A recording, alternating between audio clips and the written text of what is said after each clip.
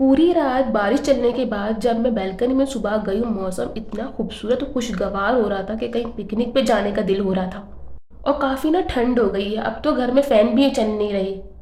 मौसम का ना लुफ्त लेके जब मैं किचन में गई हूँ तो चूल्हा चला के देखा तो गैस ही नहीं आ रही थी। हाय रब्बा, ये क्या हो गया, अब क्या करेंगे? क्योंकि गैस का तो आने कोई इतनी जल्दी इम्कान ही नहीं था। फिर जो है 15 मिनट के लिए गैस आई है।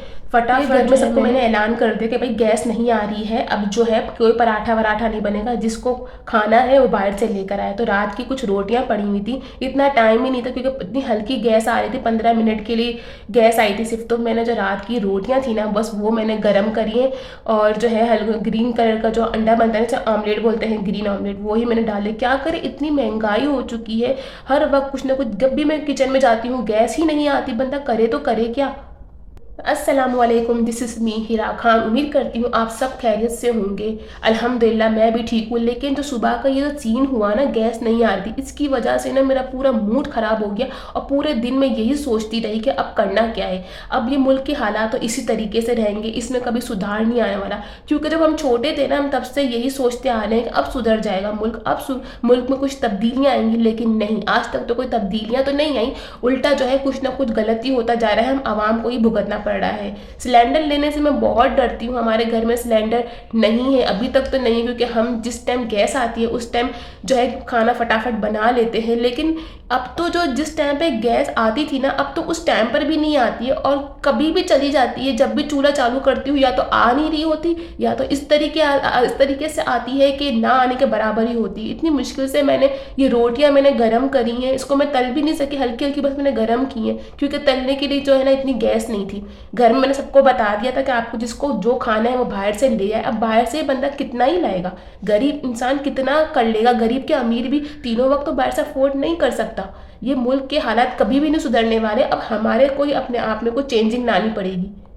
आज की रूटीन तो मैं आपके साथ शेयर करूंगी ही, लेकिन साथ साथ ना कुछ बातें भी शेयर करूंगी जो आप सब की, हम यानी कि हम सब की ज़िंदगी का ना हिस्सा बन चुकी है। वो है महंगाई।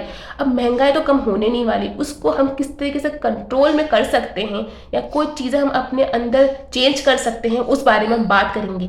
अभी तक तो ना ठीक था, लेकिन अब जो जिस तरीके के मुल्क के हालात होते जा रहे हैं ना, तो हर इंसान अपने बारे में ज़्यादा ही सोचने लग गया है। और आज ना मैं ये सोच रही थी कि हम अपनी ज़िंदगी में कितनी ही गलतियां कर लेते हैं, जिसका एहसास ना हमें उस वक्त तो होता ही नहीं है। लेकिन जब मंथ के आखिर में जब हिसाब किताब करने बैठते हैं ना, तो फिर जो रियलाइज़ होता है कि हाँ, हमने यहाँ पर भी फजूल खर्ची की थी। यहाँ पे अगर नहीं करते ना तो कुछ पैसे हमारे बच सकते थे। पहले ना मेरी ये आदत थी कि मैं दोपहर में अलग खाना बनाती थी और रात में अलग खाना बनाती थी। यानी दोपहर में दूसरी डिश होती थी हल्की फुल्की, और रात में कुछ अच्छा बनाती थी। सच बताऊं तो मैं खुद भी परफेक्ट नहीं हूँ, मैंने भी बहुत सी गलतियाँ की हैं। पहले मेरी आदत थी कि जो भी मैं खाना दोपहर को बनाती थी ना, उससे मैं रात को बिल्कुल भी नहीं खाती थी। मुझे लगता था कि रात का खाना ना फ्रेश होना चाहिए, या फिर कोई फ्राई आइटम होनी चाहिए। जैसे कि कभी कभी मैं आलू के पराठे बना लेती थी। जो चीज़ रात सालन वाली होती थी ना, वो रात को मैं बिल्कुल भी नहीं खाती थी। मुझे कोई फ्राई आइटम चाहिए होती थी, तो मैं अक्सर यही करती थी। या तो मैं नई डिश ट्राई करती थी, या तो फिर मैं बाहर से ही ऑर्डर कर लिया करती थी। जब मैं ना ऑर्डर के लिए फूड पांडा का ऐप ओपन करती थी, और जब मैं प्राइस देखती थी ना मेन्यू के, तो मैं सोचती थी 300-400 में क्या ही फ़र्क पड़ जाएगा, यार मैं क्या ही फ़र्क पड़ जाएगा, पैसों में कुछ कमी तो नहीं आ जाएगी। लेकिन जब से अम्मी ने मुझे हिसाब किताब दिया है ना, जब से मैंने अपने हाथ में लिया है, तो अब जब मैं मंथ के एंड में हिसाब किताब करती हूँ तो वाकई में मुझे बहुत शौक लगता है कि मैंने अपने फजूल में पैसे कहाँ बर्बाद कर दिए, फालतू चीज़ों में बर्बाद कर दिए जो मैं बचा भी सकती थी। अब मैंने ना अपनी आदत चेंज कर ली है। अब मैं खाना उतना ही बनाती हूँ जितना ज़रूरी होता है। अब मैं कोशिश करती हूँ कि बाहर से भी मैं ऑर्डर ना करूँ, और जो दोपहर को मैं खाना बनाती हूँ वही रात को खाती हूँ, कोई दूसरी डिश नहीं बनाती। मैं आपसे भी यही कहूँगी कि खाना उतना ही बनाएं जितना ज़रूरी हो। अगर बच भी जाए ना तो उसे फ्रीज़ कर लें, उसे वेस्ट ना होने दें। जैसे कल मैंने लोबिया बनाया था, तो वो खाने का दिल नहीं हो रहा था, तो मैंने उसको फ्रीज़ कर लिया था। तो आज मैंने ना उसी लोबिया के अंदर थोड़ा सा मसाला डाल के, चावल डाल के, और थोड़े से स्पाइसेस डाल के ना अच्छा सा पुलाव बना लिया था। इतना ज़बरदस्त बना था। साथ में मैंने रायता बना लिया था। सबने खाया, सबने बहुत इंजॉय करा। तो यहाँ से ना मुझे एक बात समझ में आ गई कि सिर्फ सेविंग का मतलब पैसा बचाना नहीं होता, मतलब जो रिसोर्सेज है ना उसका सही यूज़ करना होता है। आजकल जो महंगाई हो गई है ना, वो हर किसी के मुंह से यही सुनने को मिल रहा है कि इतनी महंगाई हो गई है, इतनी महंगाई हो गई है।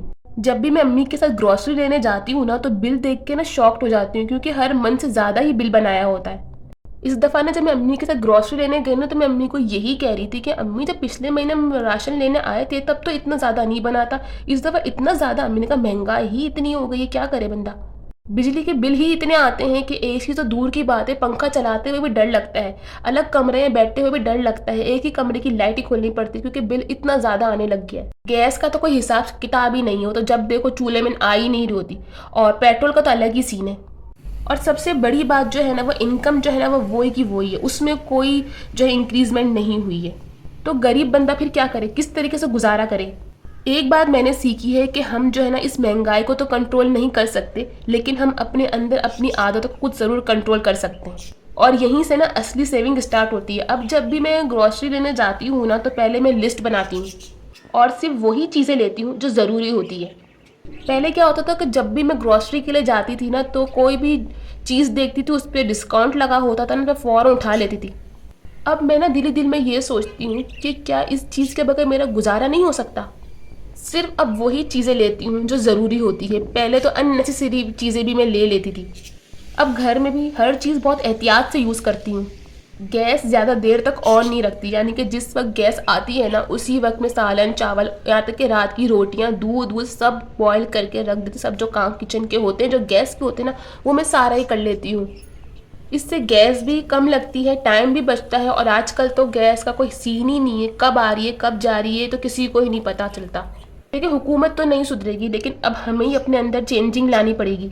बिजली का मैं बड़ा ख्याल रखती हूँ, क्योंकि 5 बजे के बाद पीक यूनिट्स होते हैं, तो फ्रिज भी मैं बंद कर देती हूँ, और जहाँ बैठते हैं वहाँ की सिर्फ एक कमरे की लाइट खोलती हूँ, अदरवाइज़ मैं कोई एक्स्ट्रा लाइट बिल्कुल भी नहीं खोलती।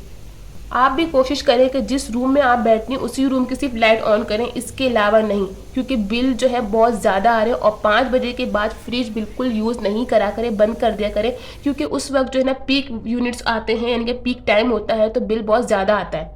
ये छोटी छोटी आदतों पर अमल करके ना आप अपनी सेविंग कर सकती हैं, इससे आपको ही फ़ायदा होगा।